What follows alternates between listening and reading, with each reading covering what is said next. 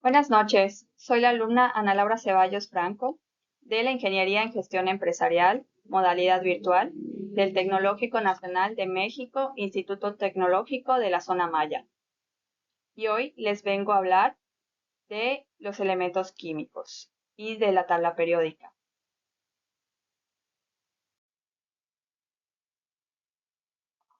Como bien sabemos, la tabla periódica es una herramienta que es fundamental para la materia de la química, ya que organiza todos los elementos según sus propiedades y el número atómico que estos tengan.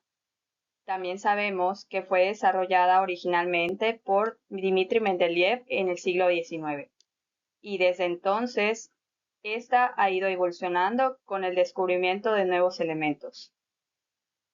Esta tabla nos permite identificar todas las características químicas y físicas de los elementos, así como también su comportamiento y en las reacciones y comportamientos entre ellos. En esta presentación vamos a ver cómo se clasifica la tabla periódica y los tipos de elementos que existen, así como también cómo va variando sus propiedades de un grupo a otro. Pasamos a la clasificación general. La tabla periódica se divide principalmente en tres tipos de elementos según sus propiedades físicas y químicas, dependiendo de cuáles sean. Primero tenemos a los metales, luego a los no metales y luego a los metaloides.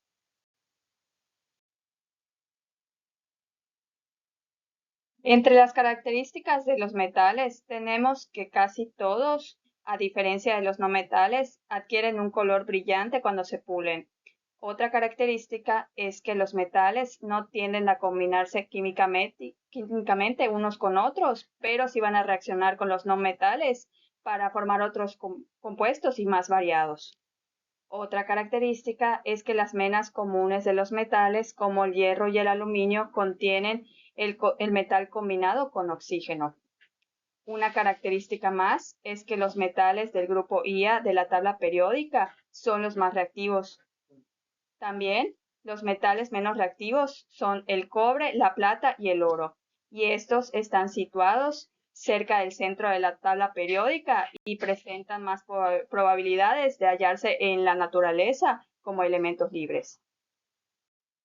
Ahora pasamos a las características de los no metales. Entre los no metales se encuentran dos gases que son muy conocidos, que son el nitrógeno y el oxígeno, que están presentes en la atmósfera.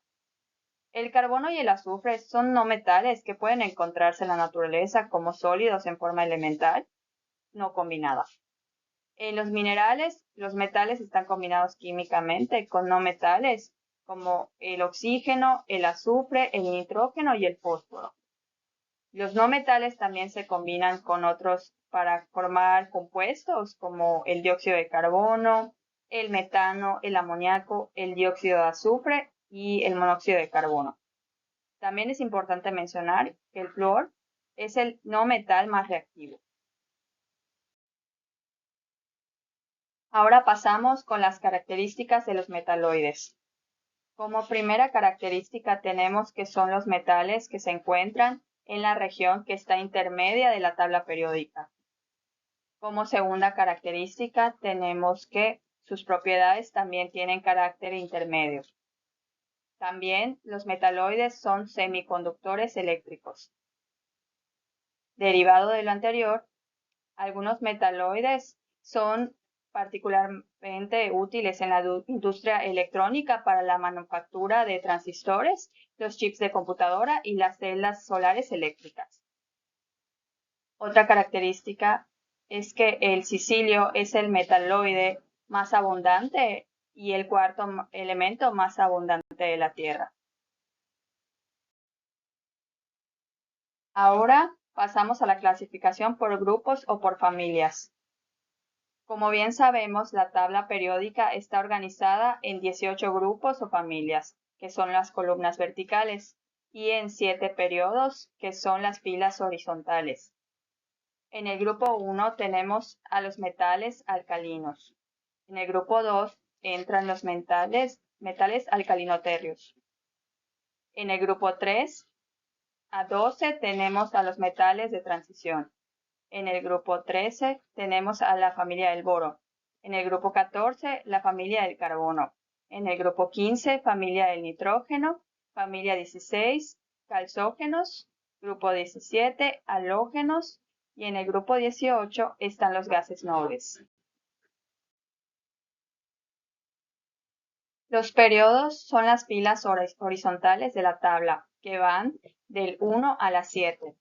Cada periodo indica el nivel de energía que ocupan los electrones de los elementos. En un mismo periodo puede haber las propiedades que cambian de metales a no metales al avanzar de un extremo a otro, de izquierda a derecha. Los elementos del mismo periodo tienen el mismo número de niveles electrónicos. Ahora pasamos al comportamiento de los grupos y periodos. Primero, tenemos la energía de ionización, que es cuando un periodo, al aumentar la carga nuclear de un átomo, que quiere decir número de protones, aumenta el potencial de ionización que se tiene que aplicar para poder arrancar un electrón para adquirir una carga positiva. En un grupo, cuantos más niveles de energía existen en un átomo, será menor el potencial de ionización, y ya que el electrón que se desea arrancar está más alejado del núcleo. El radio atómico.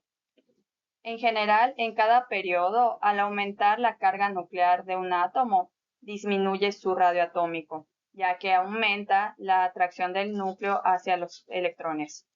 En un grupo, a medida que va aumentando el número de niveles que posee un átomo y también con ello su tamaño y su carga nuclear, esta última no es suficiente para contrarrestar el número en el tamaño del átomo, por lo que cuando más niveles de energía existan en un átomo, mayor es el radio atómico. La electronegatividad nos dice que en un periodo, al aumentar la carga nuclear y al acercarse a la distribución del gas noble, aumenta la electronegatividad. En un grupo o familia, la electronegatividad disminuye con el aumento de los niveles.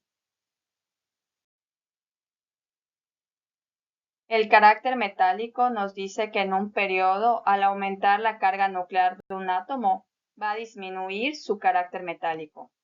En un grupo o familia, el carácter metálico se va a aumentar con el aumento de niveles.